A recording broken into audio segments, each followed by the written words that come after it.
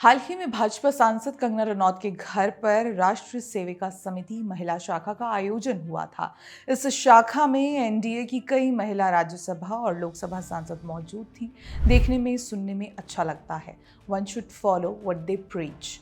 लेकिन इन सब में कुछ लोगों को एक फोटो से दिक्कत है और वो है ये फोटो में सभी सांसद बैठे हैं। पीछे टेबल पर हेडगेवार जी के साथ गोलवलकर जी की फोटो है, लेकिन इन्हें दिक्कत उससे नहीं बल्कि जो महिला खड़े होकर बात कर रही हैं, सबको संबोधित कर रही हैं, उनसे है।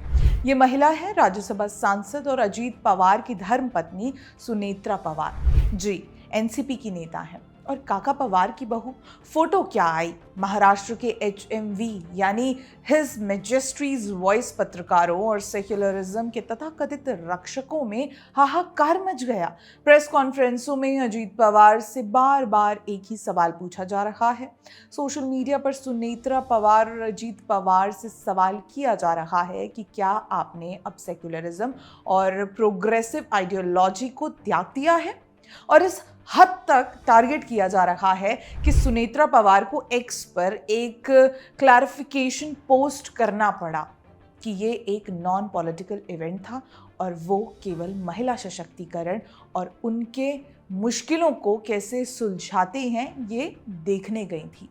अच्छा है, आपको सीखना भी चाहिए। मैं तो कहती हूँ कांग्रेस को खास सीखना चाहिए, क्योंकि बाकी कहीं आपको ये सीखने नहीं मिलेगा। खैर, इस खेल से हम और आप अच्छी तरह से वाकिफ हैं। इनके सेक्युलरिज्म की परिभाषा हमारे सेक्युलरिज्म की परिभाषा से नहीं मिलती। इनके लिए केवल एक तबका है और दूसरे कुछ नहीं। और हम तो दिवंगत सुषमा स्वराज जी के शब्दों को मानते हैं, एक हिंदू अच्छा हिंदू हो, एक मुसलमान अच्छा मुसलमान।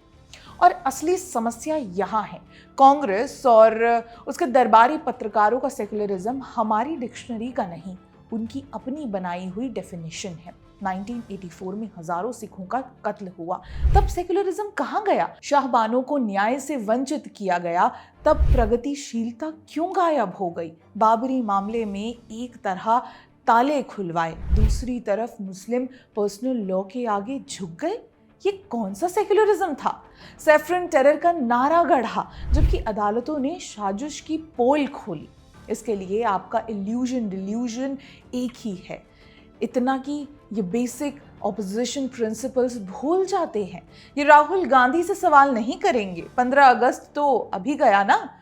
संसद में नेता प्रतिपक्ष को लाल किले पर उपस्थित नहीं होना चाहिए था, तो आपने आइडियोलॉजी के लिए अपना संवैधानिक कर्तव्य त्याग दिया। आपने जो पूर्व प्रधानमंत्री PV नरसिम्हा राव के साथ किया, अटल बिहारी वाजपेयी जी के साथ किया, सैफरन टेरर को नॉर्मलाइज करना चाहा, जबकि ऐसा कुछ था ही नहीं। इनका सेक्युलरिज्म बड़ा ही हिपोक्रिटिकल है। अगर आज के कॉन्टेक्स्ट में ही बात करूं तो कल ही यानी 21 अगस्त को बिहार के मुख्यमंत्री नीतीश कुमार ने एक प्रोग्राम में जाली वाली टोपी पहनने से इनकार कर दिया था, तो ये उन पर भी टूट पड़े कि ये कैसा सेक्युलरिज्म है कि आप टोपी भी नहीं पहन सकते। अरे शहजादे के चिरागों, एक बात बताओ, अगर कोई RSS का इवेंट अटेंड करता है तो सेक्युलरिज्म खतरे में है। अगर कोई टोपी पहनने से इनकार करता है तो सेक्युलरिज्म खतरे में है। तुम्हें खुद भी समझ आता है कि तुम करते क्या हो? नहीं, तुम्हारे शहजादे को नहीं समझ आता। ये बात तो साफ है, काणे राजा की अंधी प्रजा बनकर तो मत घूमो। माफ करना, मैं गुस्से में इधर उधर निकल जाता हूँ।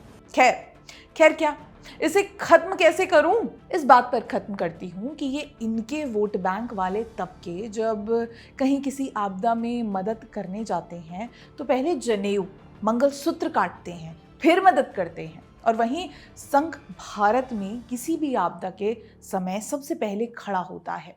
ये नहीं पूछता कौन हिंदू, कौन मुसलमान, कौन सिख, कौन ईसाई। यही है सेक्युलरिज्म की परिभाषा। बहुत बहुत धन्यवाद।